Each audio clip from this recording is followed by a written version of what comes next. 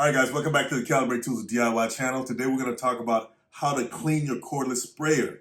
In particular, the Graco TrueCoat 360. Stick around, I'll see you right after this.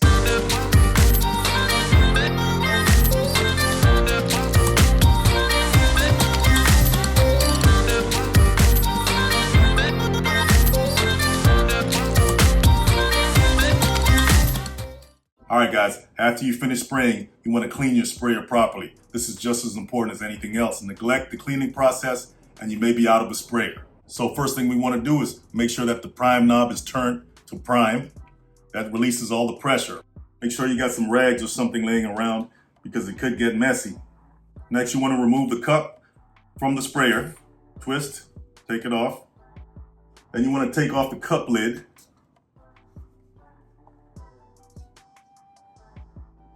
You want to hold onto the flex liner because that'll twist with the cup lid.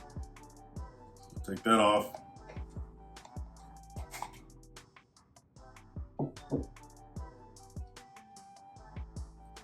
We still got a lot left in there.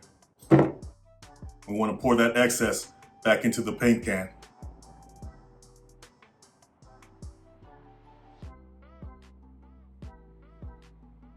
Then you want to go and clean all the parts with warm water. So I'll be right back. Guys, when you're cleaning off your couplet, remember, make sure you get the vacuum valve. It has that little hole in there and you don't want that to be clogged because you left paint inside there.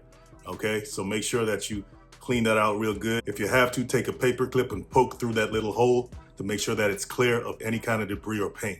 And don't forget the pump filter, that's very important. So let's take that off of there. And we're gonna go clean this off.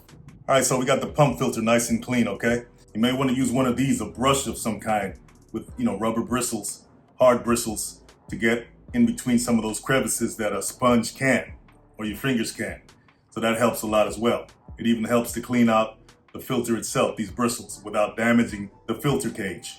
It could be a toothbrush or something like that as well, so it doesn't have to be this big. So we're gonna put the filter back on. Now we're gonna take our clean flex liner, we're gonna put it back in the cup support, and we're gonna fill this with clean warm water, about half full.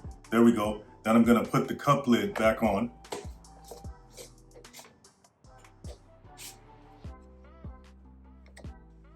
Remember, you wanna line up the vacuum valve with the prime knob pointing down. And you wanna turn it anti-clockwise. And then while you have the prime knob in the pump position, that means it's pointing down, you want to turn over the sprayer upside down and squeeze the trigger for 15 seconds.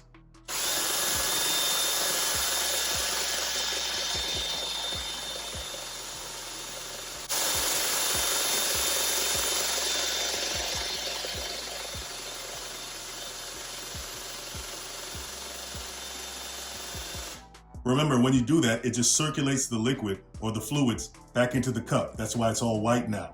They cleaned out all the paint and the pump, and it's in here now. Okay, so we got some more clean water, about half full in our cup.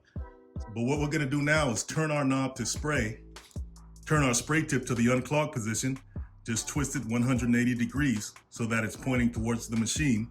Point it into the pail and press the trigger for about 15 seconds.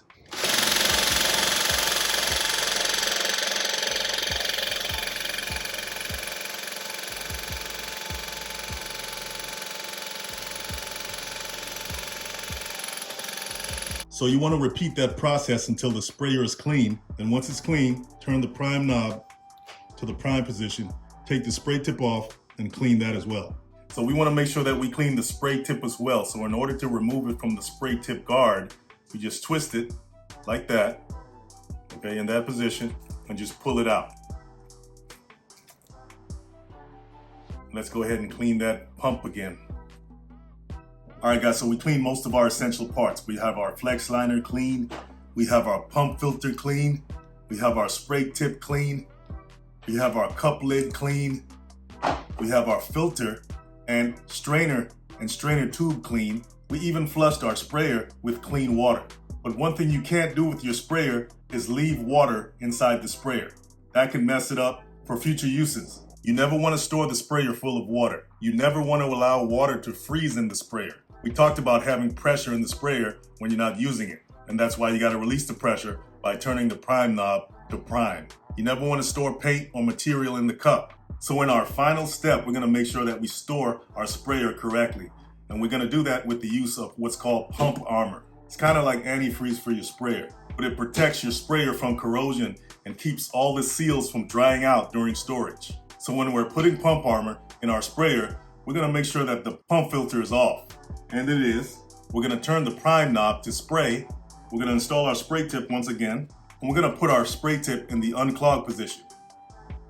Then we're going to turn the sprayer upside down. Then we're going to pour about 2 ounces of pump armor into the sprayer.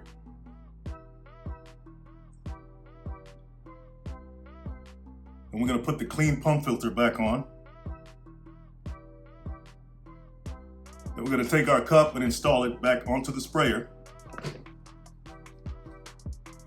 Then we're going to put it over our waste pail and pull the trigger until the first jet of liquid comes out.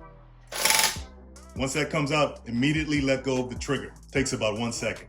You don't want to spray the fluid all the way out because right now the sprayer is loaded with pump armor, and that's how you want to store your sprayer. So all you have to do now is turn your knob to prime to relieve the pressure, then right back to the spray position for storage, and you're good to go. This stuff is pretty dangerous. Like I said, it's like antifreeze. You don't want to just leave it laying around for your child or your pet to get into it. So make sure that you put the child-resistant cap back on, tighten it up, and put it in a safe place.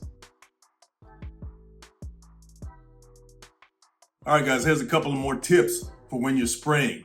Now, if you need to refill your cup, you want to make sure that you turn the prime knob to prime to relieve the pressure. Then you want to remove the cup from the sprayer. Remove the pump filter and clean it. After everything's clean, reinstall the pump filter. Refill the cup like you did before using the funnel.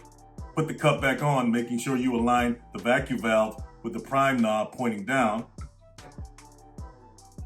And then turn it counterclockwise to lock it in. And if you need to take a break, you got to be careful because paint can dry quickly and clog the spray tip in the sprayer. Make sure that the prime knob is in the prime position, pointing down, and you want to turn the spray tip 90 degrees. Like that. That's going to seal the spray tip opening and keep it from drying out. Also, you want to make sure that the vacuum valve cap is completely closed and that the cup is properly attached to the sprayer with all the air squeezed out of it. All right, guys, when it comes to painting, apart from the prep and the actual spraying, cleanup is probably the most important thing you got to know. Because if you let the paint dry inside the sprayer without using your pump armor, that's this stuff right here, you're going to end up losing a sprayer, all the money you paid for it, and potentially future jobs. So please don't neglect the cleanup process. Hey, if you like this video and you learned something from it, hit that like and subscribe. Check out the links below, and I'll see you in the next one.